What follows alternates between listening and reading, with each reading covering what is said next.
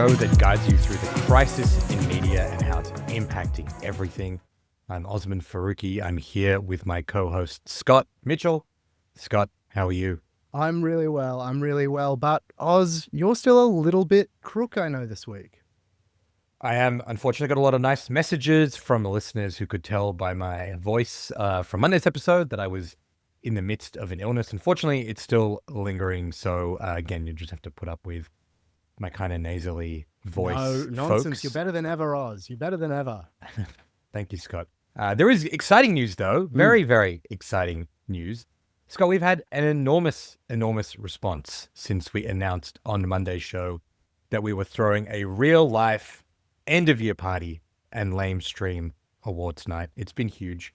We announced an event in Melbourne. It sold out in a few hours, which was pretty incredible. So we thought we need to do more here. We spoke to the venue, managed to get a bit more capacity, release some more tickets, and we thought, screw it, why not? Let's try and do a Sydney event as well, something I know that was very dear to your heart. Absolutely, it was dear to my heart. Well, guess what? Now even the new Melbourne tickets have gone. Melbourne is entirely sold out. Sydney is pretty close to selling out as well. Thank you to everyone who has bought a ticket. If you're on the fence, you might want to move quickly because the few remaining tickets for Sydney won't last long. The Sydney show is on December 4th at Good Space Gallery upstairs from the Gladdy in Chippendale. It's going to be a very, very fun night. We can't wait to see all of our wonderful listeners there. Yeah, I'm so stoked at the reaction, Oz. It's like been quite overwhelming. So thank you to everyone who's bought a ticket to come out and be a part of it and to ring in the end of the year with us, which has been huge for us. Obviously, we've launched this, and with the awards, we're going to recognize a few of the most remarkable moments and figures in journalism, both with a bit of a wink and a nudge and quite genuinely. And if anybody wants to write with things that they'd really love to see from us, please get in touch, contact@lamestream.com.au. I've been trying to bully you into a Hollywood-style song and dance number, like, you might see from a Hugh Jackman at the Oscars. So I've been trying to put the pressure on you to do that if any listeners want to write in. I told you, if you choreograph it, I'll do it. If you choreograph it, I'll do it, And then you freaked out, but I'm down. I'm down for this. All right, we've got a pretty big episode for you guys today. Lots of topics to dive into this Thursday on Lamestream. We're going to start by taking a look at the latest on the ground in Gaza. The UN has now ratified the Trump peace plan, but it's still deeply, deeply unclear how any of it will actually work. And meanwhile, Israel is continuing its program of forcibly transferring Palestinians out of Gaza and out of the West Bank. It's all still happening, even if the media and the public have stopped paying as close attention. Then we're going to take a look at the Liberal Party leadership bloodbath occurring all over the country. There is a new Liberal Party leader in Victoria, potentially likely to be a new one in New South Wales soon as well. And there's a growing sense of inevitability that Andrew Hastie will challenge Susan Lee for the leadership. We'll explain what's going on and what this says about the total crisis that has paralyzed the Liberals right now. And later in the show, Scott has a review of the ABC's late season TV programming, including a deep dive into a new TV show focusing on the thrilling topic of civics. That's right, civics. Break out the popcorn. We're also going to check in on the true crime series the ABC is airing that we shared our unease about a few months ago. And finally, in keeping tabs, an update on the battle over the Epstein files, and Scott has some exciting news to share as well. And a reminder before we get into today's episode, the best way to support the work that we do on Lamestream, get access to our newsletter, all of our stories, breaking news, exclusives, our culture recommendations from the week, is to support us by subscribing at lamestream.com.au. Scott, let's get into it. Talk to me about the situation in Gaza right now. Yeah, let's. I was late last week. There was flooding in Gaza. I wanted to mention that first because authorities say there need to be 300,000 tents and mobile homes to provide kind of basic shelter. I figure they say they've been stating clearly for months. So while flooding is happening, winter's coming, Gazans are living under tarpaulins with 80% of buildings destroyed or damaged enough not to be habitable, and sewage systems have been largely destroyed. But the supply of those shelters is still being restricted. Even though there's a ceasefire and more aid is getting in than before, it is still restricted. And so those shelters are getting in slowly. Gazans are being punished and being forced to survive in appalling conditions. And also just yesterday morning, Oz, there was another bombing of Lebanon. About a year after that ceasefire was supposed to come into effect, the Israeli military killed 13 on a strike on a Palestinian refugee camp there. But Oz, this week the big news story in our media was the UN General Assembly voting in favor of Trump's peace plan. This is actually a bit more important than just a rubber stamp and sort of a international political kind of bargaining chip, because it gives the authority for an international military force to enter Gaza. So this is really the legal backing for that to happen. And it also gives legal backing to Trump's so-called peace board, which bizarrely will report to the UN, but isn't subordinate to it, doesn't take any orders from it. The Sydney Morning Herald published an editorial calling this resolution a quantum leap towards peace. But an opinion piece in The Guardian UK by their senior international correspondent, Julian Borger, called it, quote, one of the oddest UN resolutions in history. It's quite bizarre, Oz, to see this resolution, which has no precedent, like they're handing control of Gaza to an unnamed corporate board, we don't know who's on it, and Donald Trump, and that is waved through, giving Palestinian territory over to this board. Waved through really because all the Arab governments got on board with this plan a couple of months ago to try and curry favor with Trump. And so with them on board, there's no one really at the UN to form an opposition. So this was always going to go through. Yeah, it's pretty grim to think that when news of this board first leaked and like Tony Blair was involved, the reaction was basically like, this is completely insane. This can't happen. And then when it became clear that this was critical to what Trump was trying to achieve in Gaza and with Israel, every single person rolled over, and now it has been endorsed by the UN General Assembly. Every single government right around the world, including the Australian government, is complicit in signing off on handing over control of Gaza to a board that Trump is stacking with his cronies. This is the reality of like what is occurring right now. It's pretty remarkable. And as you mentioned, the rollover of the Arab governments was really the key thing here, you know, for all the discussion around the time of the ceasefire about how Hamas and the Palestinian factions could have or should have done more to negotiate this stuff. I mean, we said this at the time, the ceasefire deal was made. Palestinians by that stage had been abandoned, right? Already by whatever Western allies they had. No one in Western countries was really effectively able to change the trajectory of where those countries were going on this. They remained steadfastly behind what the US and what Israel were doing. And the Arab countries abandoned the Palestinians as well. And that was aided by the fact that Hezbollah had effectively been muted and neutralized in Lebanon. There'd been regime change in Syria. The Palestinians had lost the kind of tiny amount of allies they had, and the rest of the Arab states decided that they wanted to curry favor with Trump, and that made more sense for them than trying to actually look after the long-term interests of the Palestinian people. This has been the story of the Palestinians since 1948. And it's interesting, Scott, because it was reported in the aftermath of October 7 that one of the strategic factors behind why the Hamas leadership wanted to initiate that attack was because they were trying to destabilize the normalization that was going on between Saudi Arabia and Israel in particular. And it kind of did do that for the couple of years of the intense war that Israel was waging against Palestinians. But now we're on the other side of the ceasefire deal.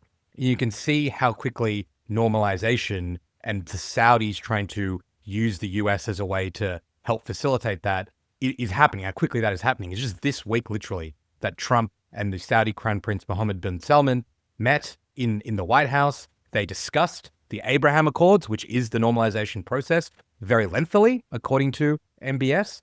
And Trump also, as a result of that, announced that he was planning to sell the Saudis F-35 fighter jets. So that is where we are now, 2 years after, 2 years into this genocide, I should say. These despotic regimes are aligning together. The Palestinians have been abandoned. And now it looks like as well as Australians helping build fighter jets to send to Israel to commit genocide, will also be helping build fighter jets to send to Saudi Arabia so they can bomb Yemeni children. Like, this is great stuff we've ended up with, man. It's really, it's really bad. It's really bad. It's somehow like the worst possible outcome of what could have happened. And yeah, the kind of the ratification in the General Assembly is kind of just one part, I think, of just how grim the situation has become. Yeah, Oz. And what I did also want to mention this week is just like while the media has been focused on this plan and the ratification by the UN, I wanted to highlight a story that didn't get covered much in Australia. There was an ABC TV story by Matt Doran. Bravo, here, friend of the show, Matt Doran, and an article in the Australian newspaper. But aside from that, I could find very little about this, and I wanted to highlight it for everyone. Essentially, late last week, a mysterious flight landed in South Africa carrying 150 Palestinians from Gaza who didn't have documentation. It lands and they don't have documentation to enter South Africa. And the question is, how did these Gazans get on this flight? Like, who organized it? What the hell is going on? This story has really been uncovered by both Al Jazeera and Haaretz. And what emerged from their investigations is this mysterious group called Al-Majd has been organizing these flights. And its website is full of weird stuff, Oz. There's testimonials from people it supposedly helped that date to before the organization existed. So who the hell are these people? Yeah. Well, it is actually run by an Israeli-Estonian man named Tomor Jana Lind. And Haaretz alleges that he works with a unit in the Israeli military charged with the forced transfer of Palestinians from Gaza, which was set up earlier this year. And experts, including the South African government, Palestinian academics, are basically saying this is all about ethnically cleansing Gaza, that the Israelis have set up this organization to transfer Palestinians out and away from the land. The revelations are shocking. I'd encourage people to read the articles and the coverage on this.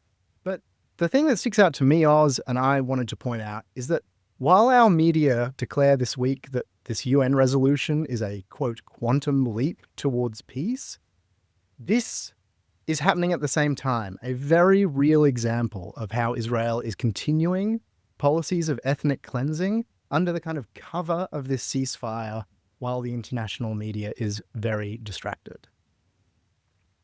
Yeah, the media and politicians, Scott, have wanted this story to go away for 2 years, essentially, right? They're sick of covering it. They're sick of being criticized for their coverage of it. And it's in the interest of basically everyone powerful to say, Trump's fixed it. There's nothing to see here. Let's move on. I mean, good on the handful of reporters that are continuing to cover this stuff. Because every time you do actually engage with any story that is emerging out of Gaza, out of Israel right now, you're like, this would be, in any other context, one of the biggest stories in the world, you know, that an Israeli soldier is running this front organization to forcibly transfer Palestinians out of Gaza. At the same time, the UN is voting to basically make Donald Trump the real estate developer of Gaza. But because in the context of the violence that we've been witnessing, it's like, well, it's not really that big enough of a story. The violence seems to have stopped, which, by the way, it hasn't. Like, Israel still keeps killing Palestinians. They keep bombing Lebanon a year into the ceasefire. It's kind of mind-boggling to me how quickly journalists, and honestly, I mean, I guess the public can just shift from these things. I guess there's a human nature to it as well. Like, our brains can only take so much. But yeah, for people like us, whose job it is to kind of follow this stuff, it's becoming increasingly incongruous to see what's actually going on and see how little attention it's getting in the mainstream media.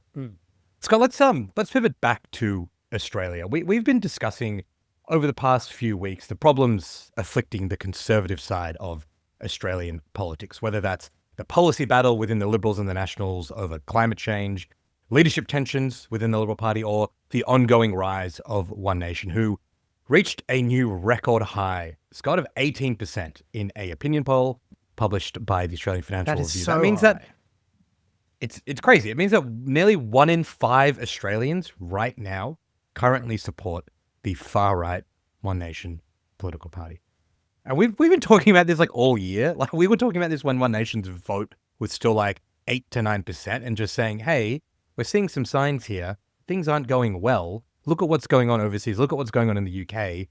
It's like doubled now, the vote, in the time that we've been talking about it. And I got to say, I've never been more depressed about being right. This is a really bad trajectory that we're on in terms of the rise of One Nation. Yeah. And, I all through that period, through the last few months, I've seen sort of constant analysis in a lot of the big legacy media outlets about how, the extremes in politics don't do well. This sort of, when they got to 11%, 12%, it was like, well, they'll never get bigger than that. This won't be a UK reform situation. The extremes don't do well. This is the history of Australia. And through that whole time, as we've had these discussions, we sort of warned, like, history doesn't just repeat itself ad nauseum. Nothing ever changes. There are big forces happening in society, in the economy, in the whole world that can drive an upending of politics. That stuff happens all of the time. There is always big rearrangements, and easily One Nation could take advantage of that. Again, as you say, sadly, it seems that may be correct. Yeah, totally. So far, Scott, when we've talked about like the issues plaguing the Liberals, like we've mainly been focused on what's going on federally, but over the last couple of days, there's also been some really interesting moves at the state level that I think do speak to just how confused and kind of disorientated they are across the board. So they're worth kind of talking about in that context. This week, the Victorian Liberals deposed their leader, Brad Batten, and they replaced him with someone called Jess Wilson, who was a MP in her first term of Victorian Parliament. Now, there are a couple of funny things about this one, Scott. One of them is that a poll was published just the day before that revealed that the Liberals were actually in an election-winning position, which, is a curious time to change your leader. And we also know that the Victorian Labor Party, which has been in government for like 3,000 years, is actually genuinely worried. They were worried about what Brad Batten and the Liberals were going to do to them in the next election. That was the main impetus for why they turned into Judge Dredd and just want to jail every young black person in the state, a topic that we covered last week. So the question is, like, with kind of all of that going on, why did the Liberals make this leadership change? Interestingly, it doesn't really seem to have anything to do with ideology. Like Jess Wilson, the new leader, is a moderate. She was, I think, the only Victorian Liberal MP to say publicly that she supported a voice to Parliament. But Batten wasn't this kind of like hard right figure. This wasn't like a hard right, moderate sort of a battle. Basically, the concern was cosmetic. He wasn't cutting through enough, and there was a reshuffle he initiated that annoyed some of his allies. So that's kind of what led to this. But it is also true, I think, that Wilson is this younger, more moderate woman, and she gives off a more centrist, tealy perception than Batten, who was his former cop. And in politics, perception matters a lot. And certainly there's been a lot of political experts and research experts who've been saying that the Liberals have any chance of winning government, particularly in places like Victoria and New South Wales. They have to seem more modern, more inclusive, more reflective of what Australia looks like. And perhaps Jess Wilson helps with that. And fascinatingly, Scott, the kind of same thing is now playing out in New South Wales as well. The Liberal leader there is Mark Speakman. He's also a moderate, but there's a growing sense that he's going to be replaced by Kelly Sloan, another first-term woman MP. And yet again, ideology doesn't seem to be playing any part. It's all about presentation and cut-through. So interesting to have Victoria and New South Wales Liberal parties kind of trying to say, we need fresher voices, fresher energy, and a more kind of tealy vibe if we've got a chance of clinging on to our seats or potentially winning back government. But what struck me about that is that's the move they're making at the state level. But it's basically the exact opposite of what the Liberals are likely to do federally, which is increasingly looking like replacing a moderate female leader in the form of Susan Lee with a hard right man, most likely Andrew Hastie. And you and I have been foreshadowing this for a while. Like, it seemed like from the moment that Hastie went to the backbench and the way that things were being backgrounded, that this is where this was all going. It doesn't seem like it's going to happen imminently, but I do think it's increasingly likely that Hastie will lead the Liberals at the next election.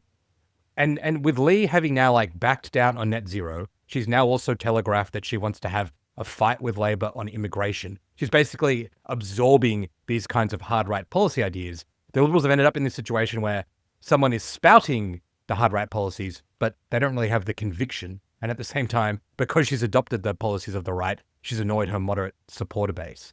It's kind of like where the dynamics are at the moment, Scott, but I wanted to ask you what you make of where the Liberals are at and the seeming tension between where they're moving at a state level and where they probably will end up going federally. Yeah, I think the thing that seems missing here is to zoom out and look at this from a society-wide perspective. And it just reeks from that point of view of the centre-right party, the coalition, the Liberals and Nationals, are dying Oz. This thing where the states are going towards more centrist, moderate leaders, at the same time as the right are controlling the federal party. That's a symptom to me of a party in decline. And look, we don't know whether Hastie will be the leader in the next election. It looks like it probably won't be Lee, but who knows what horse trading goes on there. But what is definitely happening is that the right faction of the party has taken control of the party this week. They have agitated and they have taken control of energy policy, and now they are holding the party hostage. So you think about the hard right controlling the federal party, moderates swinging in states. That is so different to how the party used to work. I was like back in the 90s, from John Howard down to state premiers like Jeff Kennett, there was one clear ideological project that ran through the whole party, and that was deregulation, cutting back the state, privatize everything, give everybody tax breaks. It's the 90s, baby. But it was like a consistent project. And now none of the wings of the Liberal Party are on the same page. And I think that's what happens when you're in a death spiral and you don't have an answer. Everybody is running in different directions to try and find something that works, to sort of like strike upon gold and find something. But it leads to a very disconnected party. Like, what does the Liberal Party stand for right now? I don't think anyone can answer that in sort of like a sentence. I think they'd have to fucking write an essay to answer that question.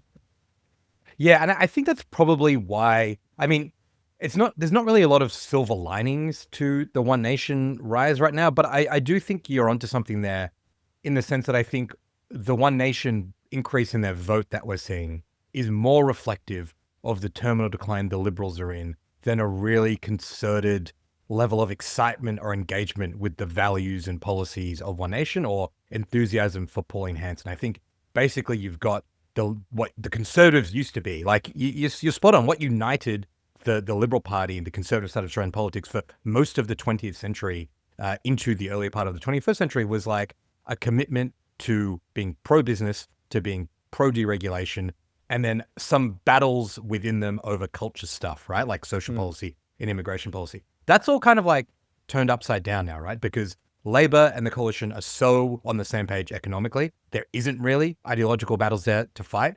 The economy is already like deregulated. Yeah, like there's what are you nothing gonna left advocate to for? fight for. What are you fighting Yeah. for? So the only things left now are these culture, social issues, whether it's on, and even like climate change, right? That's a culture issue for the Liberals than an actual economic or environmental one. And immigration is the other one. Like, there's a way to have a debate around immigration that is about economy, but that's not what the far right and the Liberals are doing. They're doing it all in the sense of like race and the ethnic makeup of this country. And so when you're just fighting over that stuff, it's like, who do you support? Do you support Hanson? Do you support Lee? Do you support Jess Wilson? Do you support Andrew Hastie?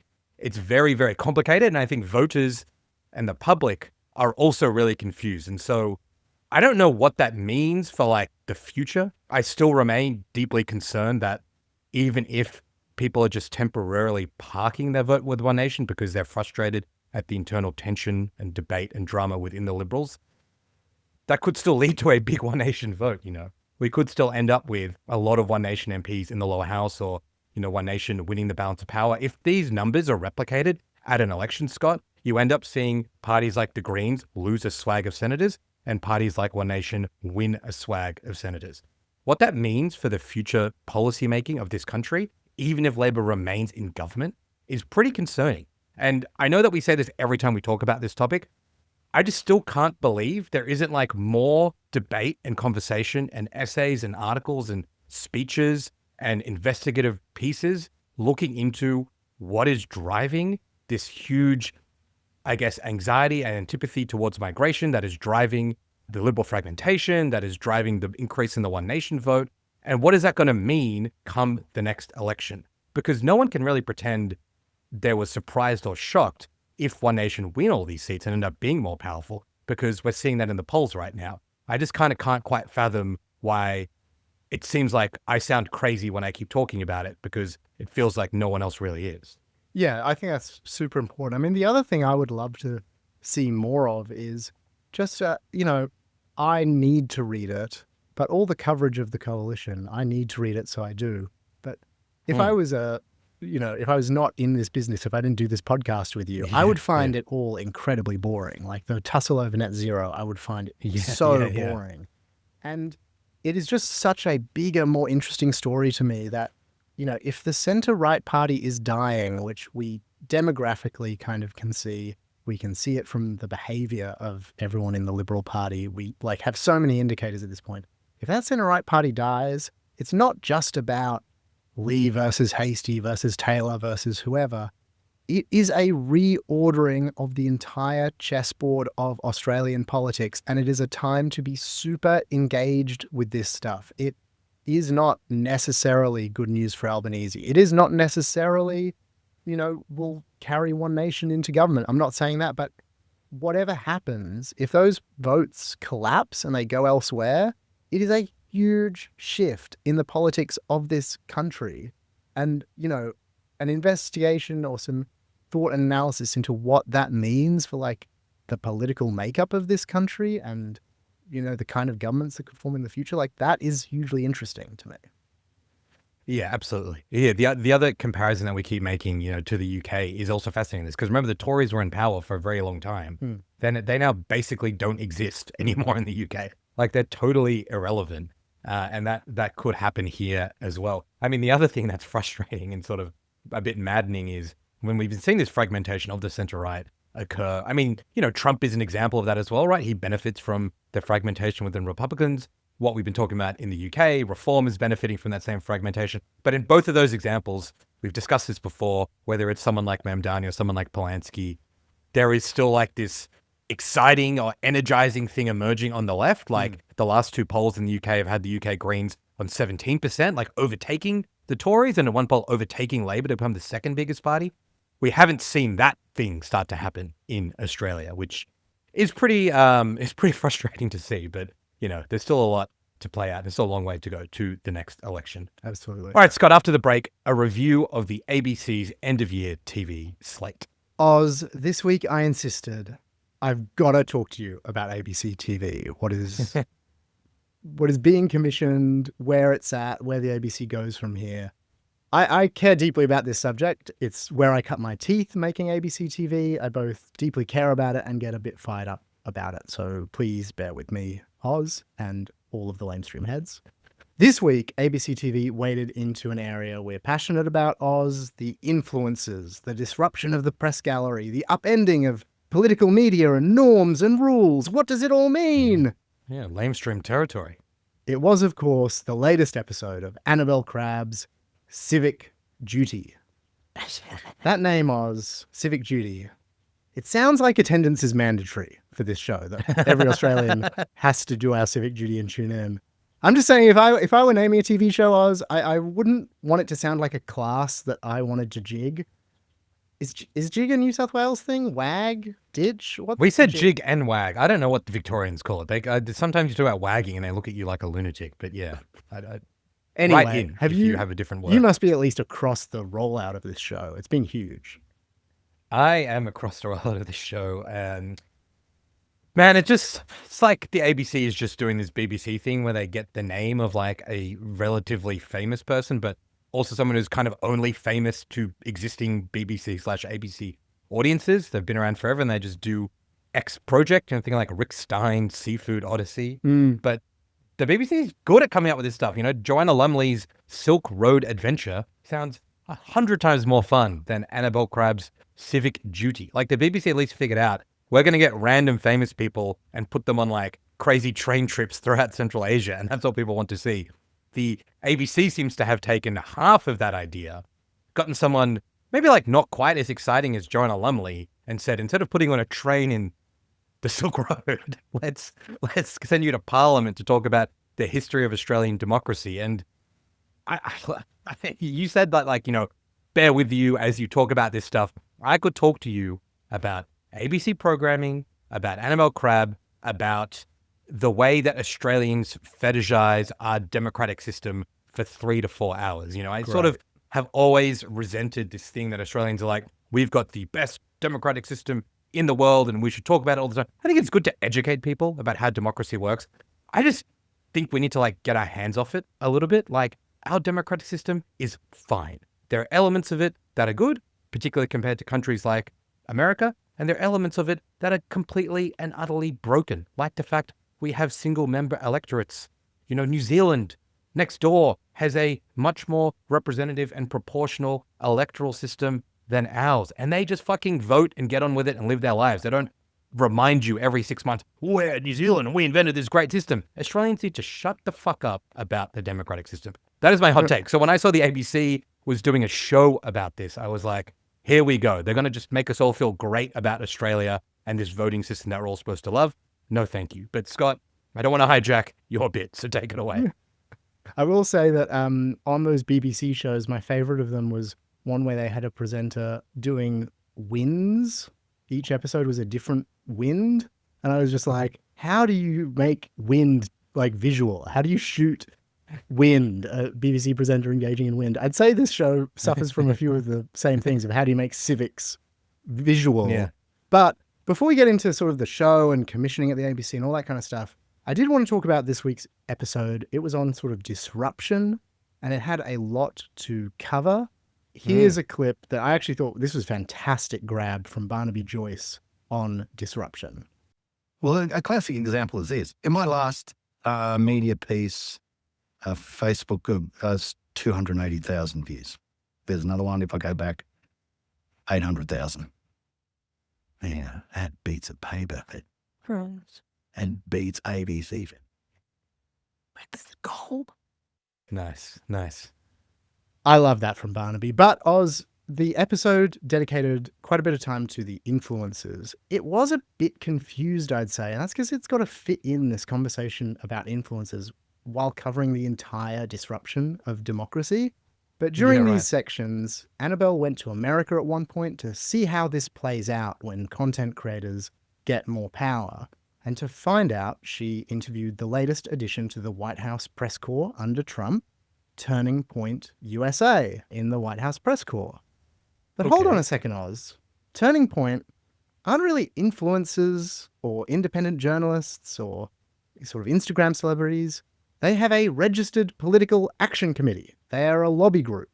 But that distinction between sort of a lobby group and influencers are never really made during the episode. They're just used as an example of this new media ecosystem. Yeah, right. Fair enough. Yeah. But again, I feel like 'cause it has to move so fast, it doesn't really get to do much of that. Again, it later focuses on examples here in Australia. The AEC looking into influencers being paid and failing to disclose that and putting authorized messages on their content during this year's federal election. And the show zooms in on Abby Chatfield's interview with Anthony Albanese, something we've talked about before.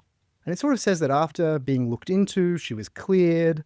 It's interesting to hear from Abby in the AEC. You know, she wasn't paid. The Labor Party wasn't found to be the distributor of the clips from the interview. No authorized message was needed. But if you watch the show, you'd be like, oh, well, case closed. What a beat up. The influencers are innocent. Nothing happened here. But Oz, there were social media influencers who were paid during the election, most notably by the Teals, who admitted to doing so, and those clips didn't bear the standard authorization words on their content. It just seems like in trying to be so broad and cover so much, they sort of fail to grapple with the actual issues that this whole disruption is bringing up.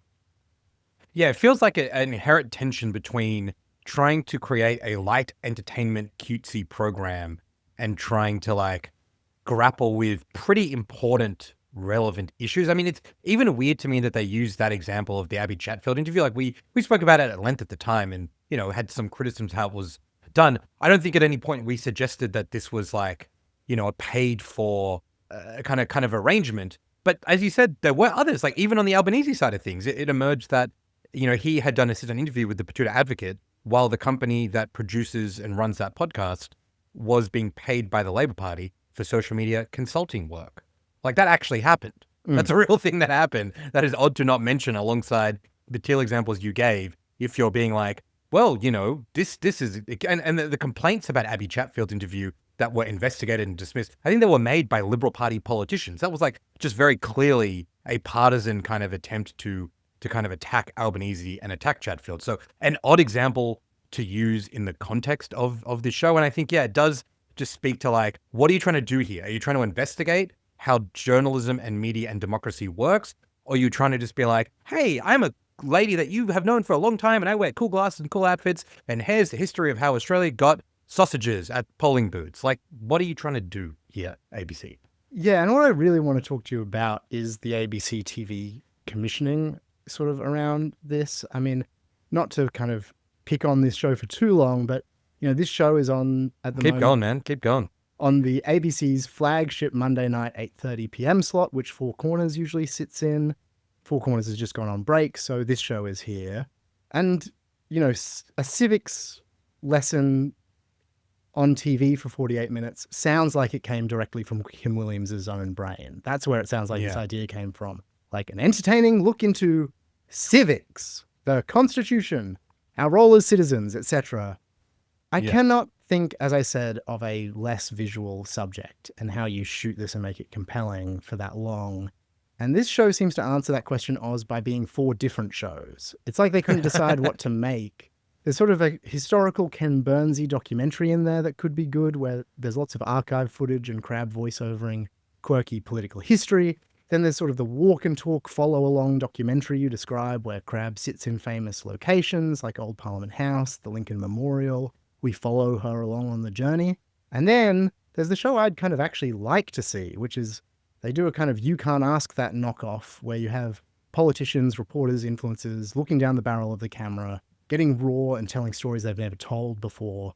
And the whole episode, I think, comes alive when you're in that mode and we get the behind the scenes stuff. They discuss a viral moment that you would remember where Mark Riley confronted Tony Abbott and Abbott couldn't talk. Incredible scene from Australian seconds. history. It's great television. And they sort of get behind that story, and Riley, Abbott and Ben Fordham reveal what Tony was really thinking about when he froze. You're not saying anything, Tony. And I thought, what do I do here? What the hell? Is he going to thump you? I tell him to get stuffed. I get up and walk out. I hit him. I just thought he was buffering. Tony was thinking of punching him. He was thinking of punching Mark Riley, slog him in the head. And all he could think was, don't punch him. So if you're wondering what was going on in Tony Abbott's head, I'm here to tell you, that's what he was thinking about. So I thought silence was the best response. That is so good. I obviously love those stories, Oz. Yeah. Like that Tony Abbott really wanted to smash Riley in the face. That's an amazing admission.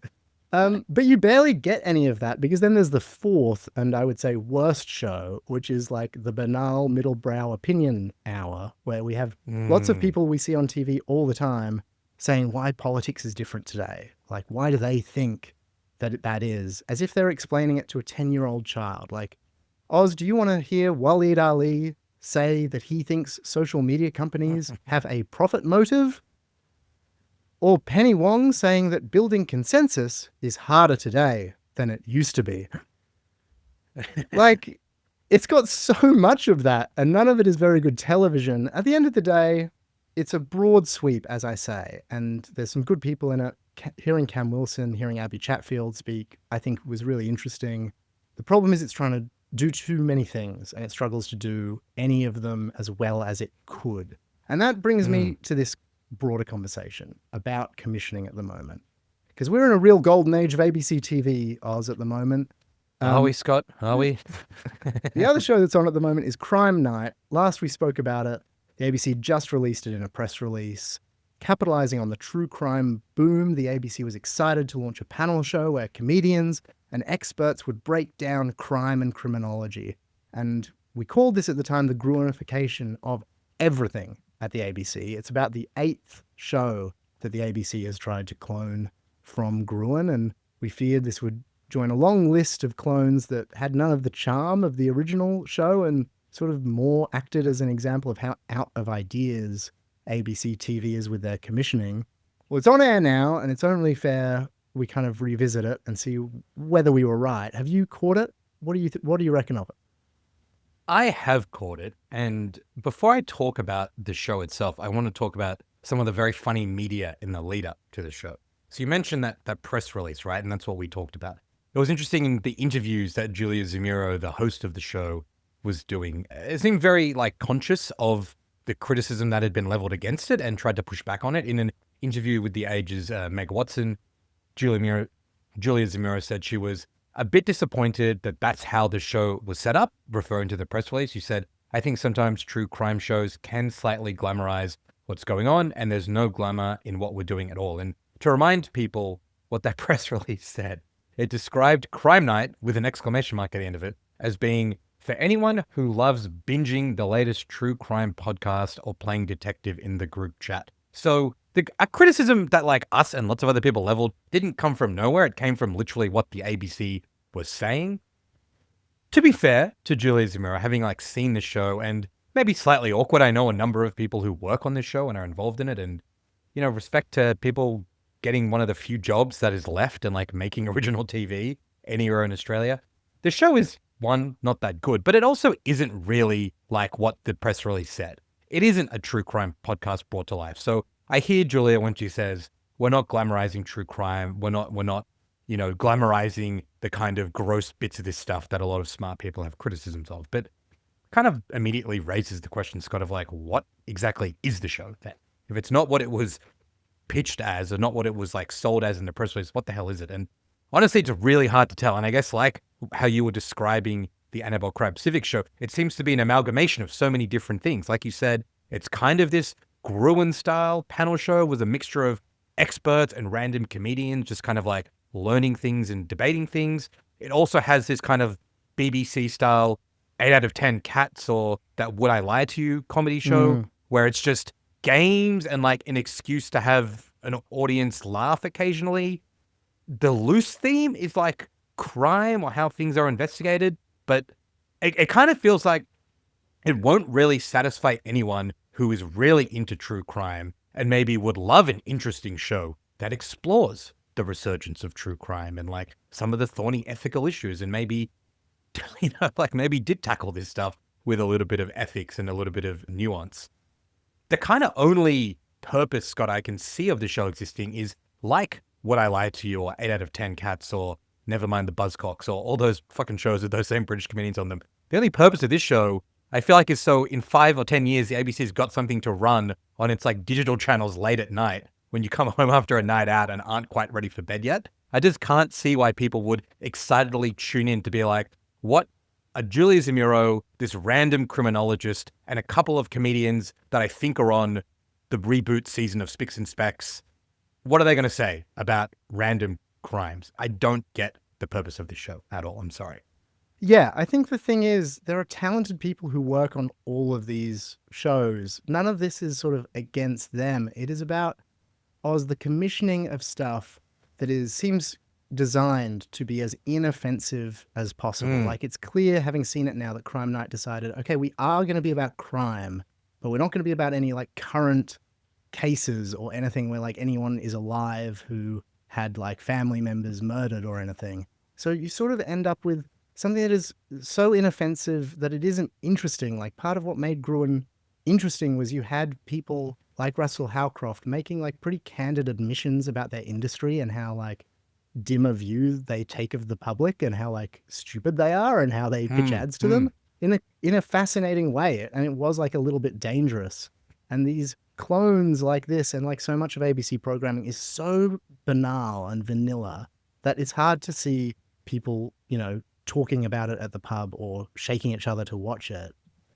These two shows, I think, point to something. Talking about it at the pub. Imagine going to the pub and someone's you catch Civic Duty with Annabel Crabb last night, man. That was crazy. That was crazy how she went and interviewed Turning Point USA about being in Trump's press. That is wild stuff, man. That's nuts. Just imagine that. Fully, that's as much as TV's changed, that's still, I think, the test. And yeah, 100%. Landman Season 2 started this week. And let me tell you, that is what the fellas will be talking about at the pub. this week. Oh, I'm not chatting about loud, man.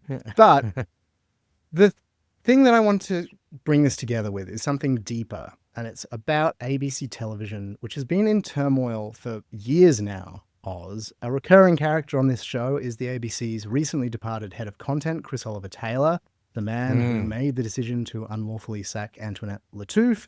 He used to oversee commissioning, and under him, Oz, he changed the process so that the decisions that got made about what TV shows get onto the ABC, that process was concentrated. The heads of comedy and drama and entertainment were shut out of the meetings, and it was just him and the head of TV who made the final calls. Then Kim Williams got appointed chair of the ABC, and it's pretty clear that when that happened, Williams did not like Chris Oliver Taylor's approach on a whole bunch of things. He rolled back pretty much every change that Chris Oliver Taylor made at the ABC. And the slate that's going to air right now, Oz, it was all commissioned during this really weird period where Oliver Taylor was kind of on his way out or had just left, but Kim Williams and Hugh Marks, the new leadership, hadn't fully started their era cleanly, didn't really have their feet under the desk. And so I think you're seeing some pretty confused, not very focused shows on air. And then the bigger thing that this speaks to is the ABC, I think, is really in denial about how badly the TV division has been doing over the last few years. If you read the annual reports that go to Parliament, every year the ABC says broadcast audience declined, but this was offset by growth in digital. And it kind of paints a picture that any losses are being made up. But that's not really true, Oz. In 2020-21, 5 years ago, ABC broadcast TV reached 44.6% of the 5-city metro population, which is how TV ratings are judged. This year, that dropped to 35.2%. So it's like a 10% drop in That's 5 huge. years. And it's down by like 1.5 million people. That's huge. And then iView, which is the digital thing that would offset that is surely what they're citing to say we made up for it. That's actually lagging massively. Out of the streaming services offered by free-to-air networks in Australia, iView is third behind 7plus and 9Now. It's way behind the big overseas streamers like Netflix, despite the fact you have to pay for those services and the ABC is free, which should give the ABC an advantage. And since the introduction of this thing where, you might know you have to have an account and passwords now for iView. So why do you think I barely watch iView? Every fucking time I try, it's like, what's your password? I'm like, you're the ABC. Why do I need to log in to watch your dumb shows? It's crazy. Well, since that, it seems like to me, Oz, that viewing minutes have either stalled, if not tanked. And the reason why I can only say seems is because the ABC have kind of hidden that. And that's because back in 2020-21, they used the industry standard, which was minutes viewed per month. And there were 1.1 billion minutes viewed per month back in 2020-2021. Today, the ABC doesn't report a like-for-like figure. Instead, it talks about the average minutes a user engages with the platform each week. I want to just highlight that. A user engages with the platform. Now, that isn't viewing anything, Oz. That's Google Analytics. It could be someone sitting on an open tab. So it seems to me... Trying to remember their password, Yeah. That's counting that. And if you do like a bit of math, it seems like it's pretty flat even on that, but it's not even minutes viewed. Anyway, Oz, it looks pretty dire, and the ABC, I don't think, is taking that very seriously. I think that's really interesting, Scott. And I think, they do the same thing with the radio. Like when you point out that, barely anyone, some people, on some days, people listen to daily news podcasts more than they listen to, a Radio National, right? And the ABC is like, oh, okay, cool. That's the radio ratings. But actually, everyone is now listening on ABC Listen, so don't worry about it. But if in actual reality, TV numbers are going down, linear broadcast is going down, and digital is at best not keeping up to pace with the growth of other digital platforms, and at worst also going down. It's a real serious crisis the ABC is facing. And it actually, as sad as it is to say, I kind of understand why it's going down, because as we've just been talking about, these TV shows, these are being commissioned by these people who are focused so much on what looks good on television, what their existing aged ABC viewership is watching. Why isn't there? It's like, I often use the case of like, how many Australian networks are making content for YouTube, right? We know that is where so many people under the age of like 40 are getting news, information, entertainment. Why aren't they making stuff for YouTube? And basically none of them are. But pause YouTube for a second. The ABC has its own YouTube. It has iView. It used to commission interesting dramas and comedies and short form projects for younger people. But why is Annabel Crabb hosting a Civic show aimed at boomers on TV? Why didn't they get Abby Chatfield or Cam Wilson or anyone else to actually make a more interesting show aimed at younger people that would sit on iView and would be used as a way to promote that platform to a younger audience? Like, it doesn't seem that hard. And because people's expectations for what stuff looks like online are different, the production costs for making this stuff that lives on online platforms is a fraction of what it costs to make a big TV show that you have to broadcast all around the country on ABC, like TV networks. So it's just sort of like, it seems so obvious what they could be doing. And it's so frustrating when you see them make these safe choices with Annabel Crabb's Civic Duty, Julia Zamiro's Crime Night. And we're not just saying this because it's a hot take. Like, the evidence is in. Like, these are things that are not working. And like, every generation the ABC misses out on connecting with is a generation that is so much harder to get back. The ABC's whole strategy is cradle to grave thing, right? Like, most of the people who keep watching it are watching it because they've been watching it since they were children or teenagers or young adults. And if you miss out on those people, they're not going to tune in one day when they're 45 because you've got the right mix of comedians and academics breaking down a random social topic. That is my kind of pretty firm view on where this is all going. No, I agree with that view. I mean, we'll know more, Oz, because the ABC will announce its new slate. This will be the first one free of the old regime, completely owned by Kim Williams and Hugh Marks. So do they take any of this up? Do they take some risks next year? Who knows? We'll find out.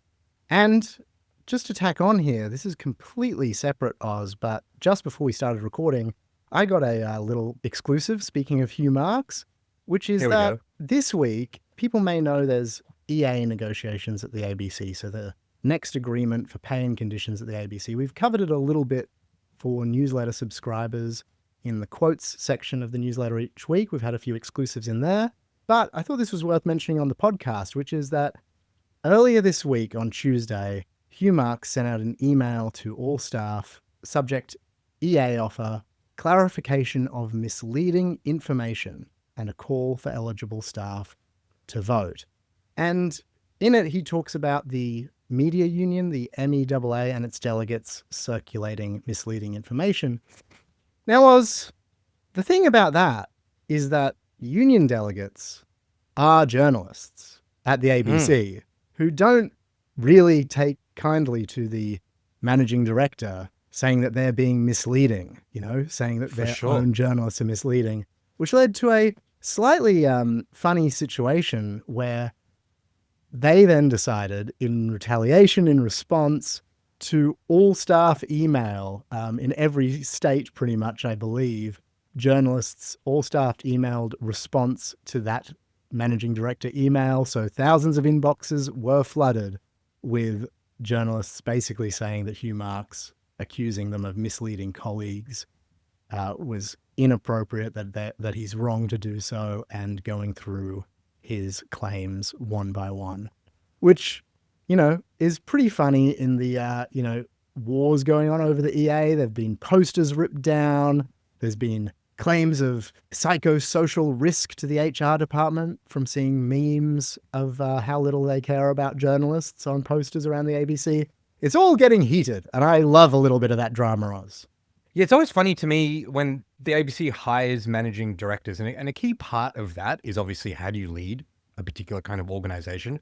And one of the things about bringing on someone like Hugh Marks, sure, he's led an organization like Nine. Nine does not have like the union culture that the ABC has had. My understanding is Hugh Marks has never run an organization that has like a union bargaining process. It's pretty fundamental, like, to how an MD is supposed to operate. And it doesn't really surprise me that this one seems to have gone off the rails for a management perspective so quickly. and the kind of like tactics that are being used and the accusations of misleading information. It's like, this is how you antagonize a workforce, not how you try to reach some kind of consensus, which you have to do. In my own experience, this is what tends to happen when CEOs or MDs who don't have experience dealing with unions have to, because they just don't get the dynamics and they don't understand that they're legitimate actors who are allowed to organize. And when you add on to that, as you said, they're also journalists who are very proud of their work, being accused by a bean counter of not putting facts in the right order. It's pretty galling, and it seems like it was a pretty big strategic error from management here. All right, after the break, a check-in on the Epstein files and an exciting announcement from Scott Mitchell.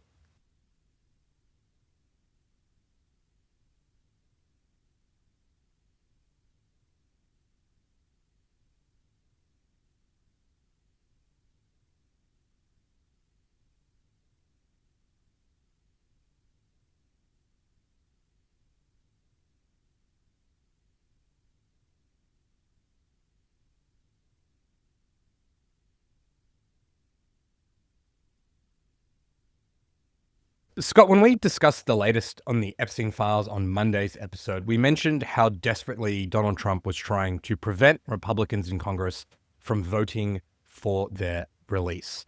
Well, this week he changed tact pretty abruptly. We don't know exactly why, but I think it's safe to say that it looked pretty bad having a president using his institutional power to try to heavy Republicans in his own party into stopping the release of files that basically every single person in the world wants out in public. And considering he didn't have the numbers anyway and the House was going to vote for this bill, it kind of makes sense for him to just say, all right, cool, let's just get this done and move on and figure it out. So he has formally supported now the passage of this bill. The bill, in fact, this week passed the House almost unanimously. There was only one politician in the House of Representatives who didn't vote for it. And I don't know a lot about this guy and whether he's telling the truth or not, but he says he's just worried about victims and innocent people being caught up in this, having their names released. But it's pretty awkward to go down in history as like the one guy that didn't vote for the release of the Epstein files. So passed the House, it then very quickly passed the Senate. And in fact, that was also unanimous. The senators use this process whereby they can all individually, without having to get into the chamber to vote, say they support this thing. It passes.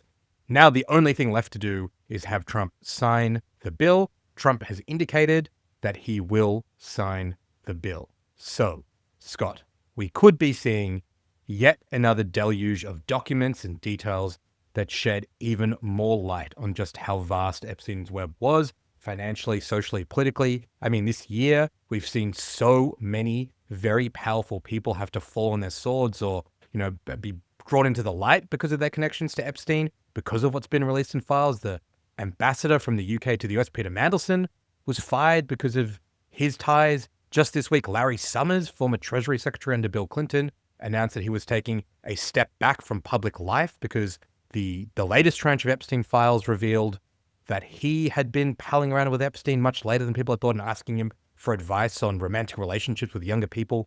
There's so much stuff. There are Indian politicians who are in all sorts of trouble in India over the revelations that they're in these Epstein files. There's so much that has come out from this limited redacted set.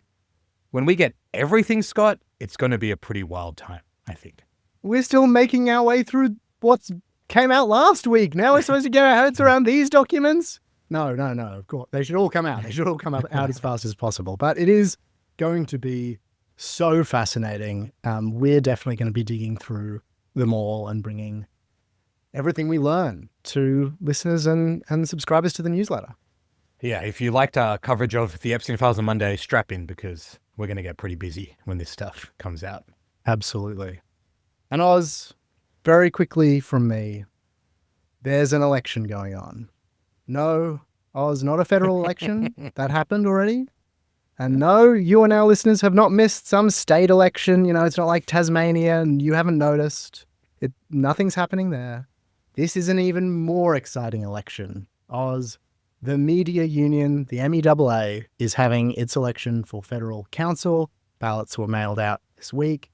And I do have a very special announcement. It's time, Oz. I'm running. Hell yeah, man. I've previously been on that federal council. It's an important body. It's a governing body over the media union. The media union is an important way that journalists organize and fight for not just their rights in the workplace, but also advocate on behalf of journalism and press freedom in society more broadly. Scott, I've had the pleasure of not only working with you as a journalist for a long time, I've had the pleasure of organizing with you as a union activist in a workplace.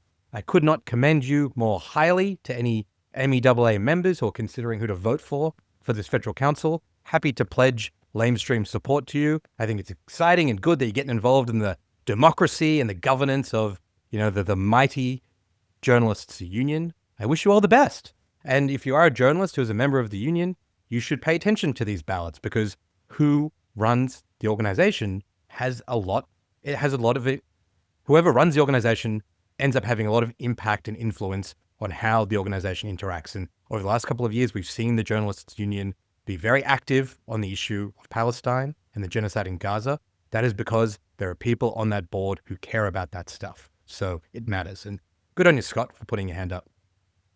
What a pro, Oz. You're such a pro. What an endorsement. I did not pay for that. There's no, he's just done that unscripted off his own bat. I always thought I don't know if you've got any tips as somebody who's run for this before. I've always thought that if I ever ran for anything, I'd love to drum up some press by just mid-campaign, calling a press conference to deny a scandal that hasn't happened, and just everyone's confused, and just go, I just want to make clear that allegations that have emerged about a subsidiary company, I was not aware of that subsidiary. None of the monies of mine that ended up in it, in any way benefited me. I was taken advantage of.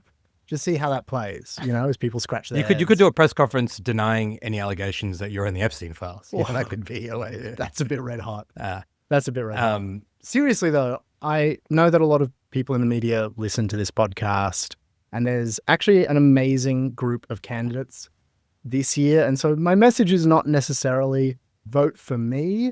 There are names on there that I'd very happily see get up even over me. There's a bunch of great people who I've worked with in the past. Max Chalmers, Ariel Bogle, Ahmed Yusuf, to name a few, but there's many, many more.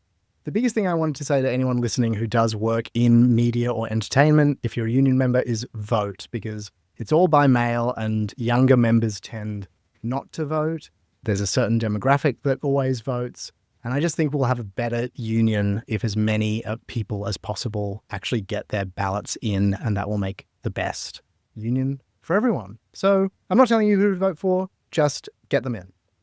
Yeah, get engaged in the process. I mean, I kind of do like the idea that lamestream could influence elections, even if they're relatively small internal union elections. But look, I agree with you. It's good to vote, good to get active. Good on you for putting your hand up, Scott Mitchell. Do we need to do an authorized thing, talking about pinging influencers? Do I need to say authorized by me, Scott Mitchell? Just in case, it's good to have that authorization. All right, that is it from us for this Thursday. If you enjoyed the show, we'd love it if you left us a review or shared it with a friend. Remember, tickets to our Sydney show are selling fast. You can buy them from our website, lamestream.com.au. Thank you to our video producer, Schwen. Thank you to our producer, Bez. Thank you to you, Scott. See you back on Monday. See you Monday.